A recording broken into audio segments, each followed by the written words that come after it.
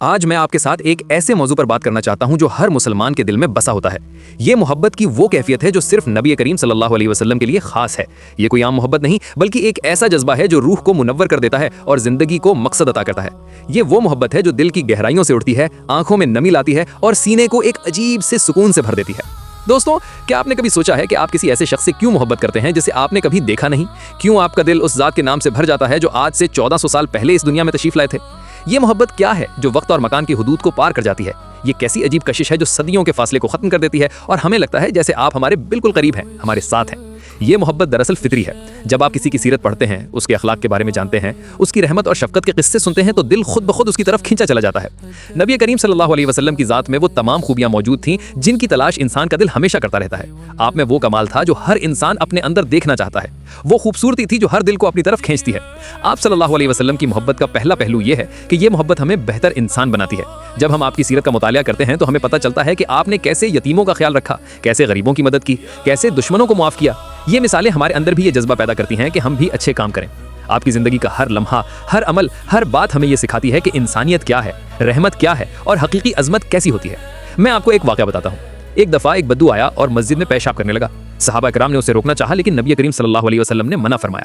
آپ نے کہا کہ اسے مکمل کرنے دو، پھر اس جگہ پانی ڈال دو۔ جب وہ فارغ ہو گیا تو آپ نے اسے پیار سے بلایا، اس کے پاس بیٹھے اور نرمی سے سمجھایا کہ یہ جگہ اللہ کی عبادت کے لیے ہے، یہاں پاکی ضروری ہے۔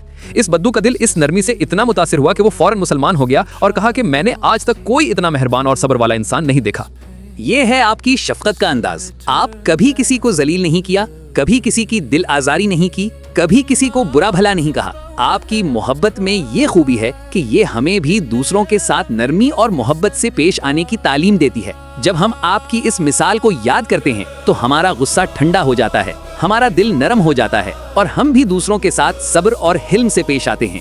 دوسرا پہلو یہ ہے کہ آپ کی محبت ہمیں اللہ سے قریب کرتی ہے۔ قرآن مجید میں اللہ تعالیٰ فرماتا ہے کہ اگر تم اللہ سے محبت کرتے ہو تو میری پیروی کرو، اللہ تم سے محبت کرے گا۔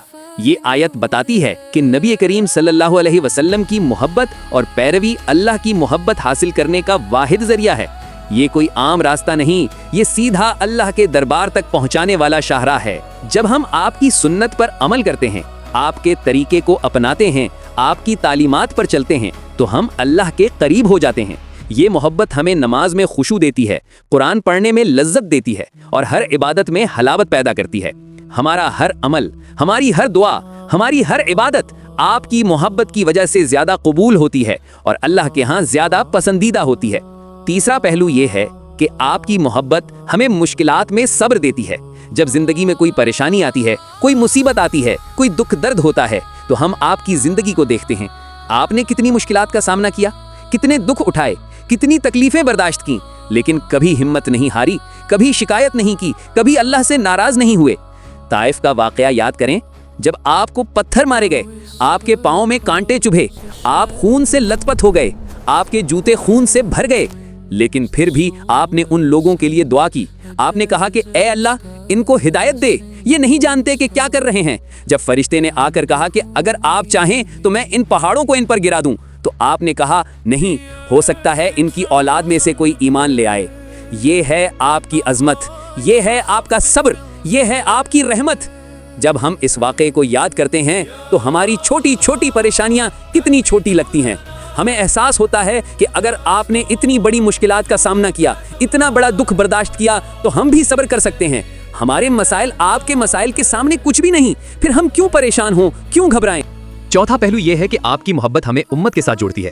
جب ہم آپ سے محبت کرتے ہیں تو ہم ان تمام لوگوں سے بھی محبت کرتے ہیں جو آپ سے محبت کرتے ہیں۔ یہ محبت ہمیں ایک امت بناتی ہے، ایک برادری بناتی ہے، ایک خاندان بناتی ہے۔ یہ وہ رشتہ ہے جو خون کے رشتے سے بھی زیادہ مضبوط ہے۔ یہ وہ بندھن ہے جو کبھی ٹوٹتا نہیں۔ دنیا کے کسی بھی کونے میں جائیں، کسی بھی ملک میں جائیں، اگر آپ کو کوئی مسلمان ملے تو آپ کو لگتا ہے جیسے آپ کا بھائی مل گیا ہے، آپ کا دوست مل گیا ہے۔ یہ کیوں؟ کیونکہ ہم سب کا ایک ہی پیارا نبی ہے، ہم سب کی ایک ہی محبت ہے، ہم سب کا ایک ہی قبلہ ہے، ہم سب کا ایک ہی رب ہے۔ یہ محبت ہمیں متحد کرتی ہے، ہمیں ایک کرتی ہے، ہمیں طاقت دیتی ہے۔ پانچواں پہلو یہ ہے کہ آپ کی محبت ہمیں خوشی اور سکون دیتی ہے۔ جب ہم آپ کا ذکر کرتے ہیں، آپ کی سیرت پڑھتے ہیں، آپ پر درود بھیجتے ہیں، آپ کے بارے میں سوچتے ہیں تو دل میں ایک عجیب سا سکون آتا ہے، ایک عجیب سی خوشی ہوتی ہے۔ یہ سکون کسی اور چیز سے نہیں ملتا، یہ خوشی کہیں اور نہیں ملتی۔